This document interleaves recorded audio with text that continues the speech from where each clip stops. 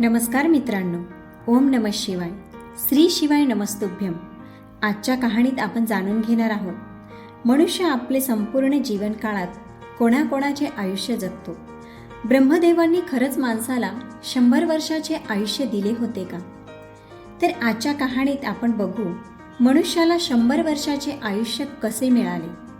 मित्रांनो, कहाणी शेवटपर्यंत नक्की ऐका आणि चॅनलवर नवीन असाल तर सबस्क्राईब अवश्य करा. तसेच बेल आयकॉन सुद्धा प्रेस करा, ज्यामुळे माझे नवीन येणारे व्हिडिओ सर्वप्रथम तुमच्यापर्यंत पोहोचतील. चला तर मित्रांनो, कहाणीला सुरुवात करूया. एक बदक मानसरोवर पर्वतावर बसला होता आणि विचार करत होता. तेथेच खालील कैलास पर्वतावर महादेव बसले होते. त्याच वेळी शेजारील पर्वतावर बदकाचे लक्ष 3 प्राण्यांकडे जाते. त्यात एक गाढव, एक कुत्रा आणि एक घुबड असे ते 3 प्राणी होते. ते तिघं हसत बोलत अगदी खुश होऊन तिकडनं येत होते आणि म्हणत होते की बरे झाले, माझ्या आयुष्याचे 20 वर्ष मी ब्रह्मदेवांना दिले. असेच गाढव सुद्धा म्हणत होता. ते अतिशय आनंदात होते.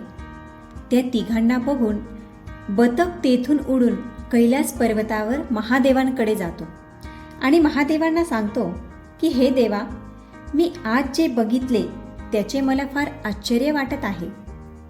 बदकाचे बोलणे ऐकून महादेव म्हणाले, काय बघितलं? तेव्हा बदक म्हणाला, हे महादेवा, मी बघितले की 3 प्राणी इकडे कैलास पर्वताकडे येत आहेत आणि ते तिघं खूप आनंदी आहेत. तिघं एकमेकांशी बोलत आहेत की माझे आयुष्य कमी करून घेतले ते बरेच झाले आणि ते आयुष्य कमी करून सुद्धा खूप खुश आहेत. याचे काय कारण आहे देवा? तेव्हा महादेव म्हणतात की बदक, माझे बोलणे लक्ष देऊन ऐक. ब्रह्मदेव या सृष्टीचे निर्माते आहेत आणि ब्रह्मदेवांनीच प्रत्येकाला वेगवेगळी जागा दिलेली आहे. आता ही गोष्ट ऐक. हे 3 प्राणी, गाढव, कुत्रा आणि घुबड, तिघं मिळून ब्रह्मदेवांच्या दरबारात गेले. ब्रह्मदेवांनी जेव्हा या 3ही प्राण्यांना येताना बघितले तेव्हा त्यांनी विचारले की काय सांगण्यासाठी तुम्ही येथे आला आहात? तेव्हा ते तिघं म्हणाले, हे देवा, तुम्ही आम्हाला हे सांगा की तुम्ही आम्हाला किती आयुष्य दिले आहे. तुम्ही आमचे आयुष्य निश्चित करून द्या. त्यांच्या जवळ बसलेला माणूस पण म्हणू लागला की तुम्ही माझे पण आयुष्य निश्चित करून सांगा. तेव्हा ब्रह्मदेव म्हणाले, तुम्ही 4ही लक्ष देऊन ऐका. मी तुम्हाला 4घांना 40 वर्षाचे आयुष्य दिले आहे. जा तुम्ही आपले आयुष्य अगदी आरामात व्यतीत करा. जेव्हा ही गोष्ट गाढवाने ऐकली तर गाढव म्हणाला की देवा, तुम्ही हे काय केले? माझे आयुष्य 40 वर्ष केले. मी तर असेच ओझे वाहता वाहता मरून जाईल. हे देवा, माझ्यावर एक कृपा करा. माझे आयुष्य 20 वर्ष कमी करून द्या. ब्रह्मदेव गाढवाला म्हणाले, बघ गाढवा, मी तुझे आयुष्य कमी करून देतो, पण आपल्या या मित्रांना विचारून घे की तुझे आयुष्य कोण घेईल. जर यांच्यातील कोणी तुझे आयुष्य घ्यायला तयार असेल तर मी तुझे आयुष्य कमी करून देतो. तेव्हा जवळ बसलेला माणूस म्हणाला, हे देवा, गाढवाचे आयुष्य मला द्या. माझे आयुष्य फक्त 40 वर्षाचे आहे आणि या 40 वर्षात मी काय करेल? महादेव बदकाला म्हणाले, बदका, हे जेव्हा ब्रह्मदेवांनी ऐकले ते लगेच ब्रह्मदेवांनी तथास्तु म्हणून 20 वर्ष आयुष्य मनुष्याला दिले. माणसाचे आयुष्य 40 वर्षाचे होते आणि आता गाढवाचे 20 वर्ष मिळाले, म्हणजे एकूण 60 वर्ष माणसाला मिळाले आणि गाढव पण अतिशय खुश झाला. हे बघून कुत्रा म्हणाला,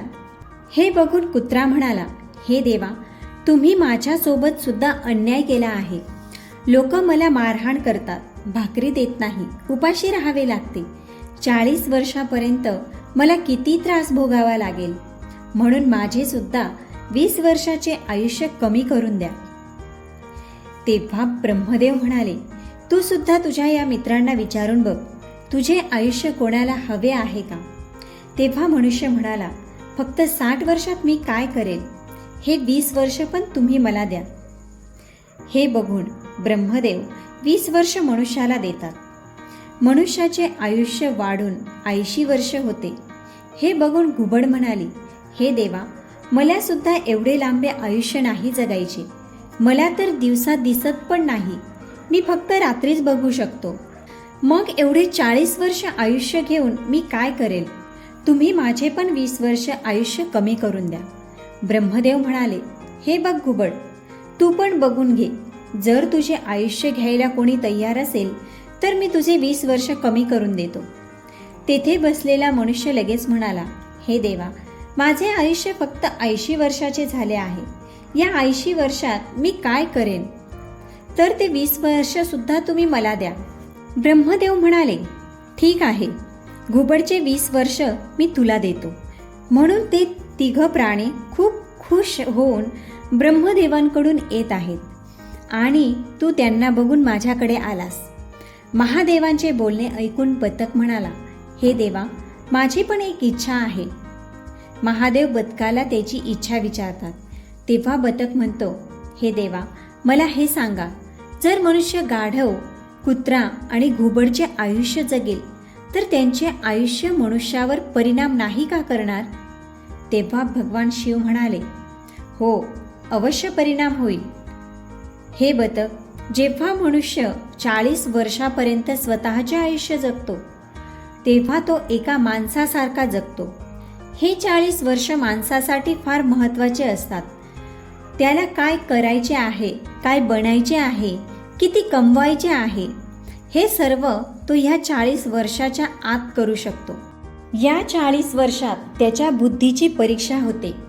आलिशान जीवन जगण्याचा विचार तो करतो. नेहमी चांगले विचार करतो आणि उंच स्वप्न बघतो. या 40 वर्षाचे आयुष्य मनुष्यासाठी मर्यादित असते. मग बदक म्हणाला, हे महादेवा, मला सांगा की गाढवाच्या आयुष्यात माणूस कसे जीवन जगेल? भगवान शिव म्हणाले, बघ बदक, 40 वर्षानंतर माणसाचे जीवन गाढवासारखे होईल. जे जीवन माणसाने 40 वर्षापर्यंत आरामात जगले आहे त्याचा भार त्याच्यावर येईल. त्यानंतर त्याची पत्नी असेल, तोपर्यंत त्याला मुलं झालेले असतील, त्याचा परिवार वाढलेला असेल. त्यामुळे परिवाराच्या भरणपोषणासाठी त्याच्यावर एक मोठी जबाबदारी पडेल. म्हणून त्याला जास्त पैसे कमवण्यासाठी अधिक मेहनत करावी लागेल आणि त्याला मोजमस्ती करणे बंद करावे लागेल. आणि तसे तो जर करेल तर लोक त्याला नावं ठेवतील आणि म्हणतील की म्हातारा झाला तरी मोजमस्ती करत आहे आणि त्याचे मुलं उपाशी मरत आहेत. भगवान शिव म्हणाले, बदक, हे 40 ते 60च्या वयात माणसाचे आयुष्य गाढवासारखे होईल. जसा गाढव ओझे उचलतो तसेच मनुष्याच्या पाठीवर सुद्धा कर्तव्याचे आणि जबाबदारीचे ओझे असेल. आता बदक म्हणतो, तुमचे बोलणे ऐकून मला फार चिंता वाटत आहे. मग मनुष्य कुत्र्याचे जीवन कसे जगेल? भगवान शिव म्हणाले, हे बघ बदक, मनुष्य जेव्हा 60 वर्ष पूर्ण करतो तेव्हा त्याचे शरीर कमजोर होते. आधीसारखे काम तो करू शकत नाही, कारण त्याच्या म्हातारपणाची सुरुवात झालेली असते. या काळात त्याच्या मुलांचे लग्न झालेले असतात, त्यांची सून आलेली असते, त्याचे नातवंड सुद्धा झालेले असतात.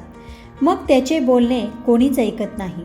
एखाद्या कुत्र्याप्रमाणे तो भुंकत राहतो, भांडत राहतो.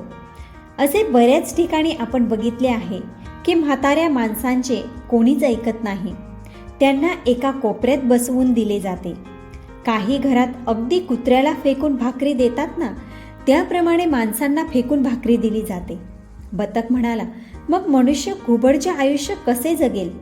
महादेव म्हणाले, बघ बदक, जेव्हा मनुष्य 80 वर्ष पार करतो तेव्हा त्याचे आयुष्य घुबडसारखे होते. 80 वर्षानंतर तो अतिशय कमजोर होत जातो. त्याचे जीवन परावलंबी झालेले असते.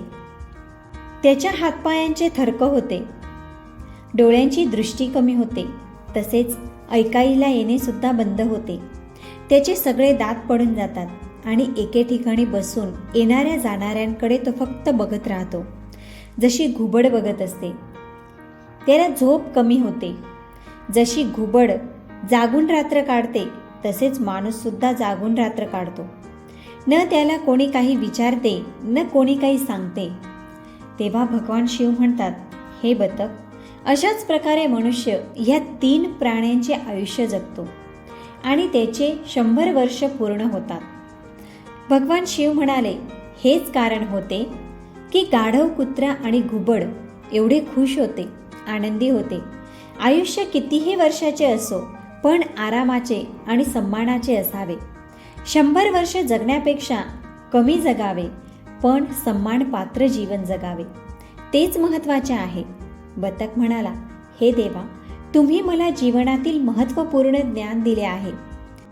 मित्रांनो, या कथेवरून तुम्हाला समजलेच असेल की मनुष्य खरंच आपले जीवन 4 भागांमध्ये वाटून जगत असतो. 40 वर्ष मनुष्याचे, 40 ते 60 वर्ष गाढवाचे, 60 ते 80 वर्ष कुत्र्याचे आणि 80 ते 100 वर्ष घुबडचे. मित्रांनो, व्हिडिओ आवडला असेल तर कॉमेंटमध्ये ओम नमः शिवाय अवश्य लिहा.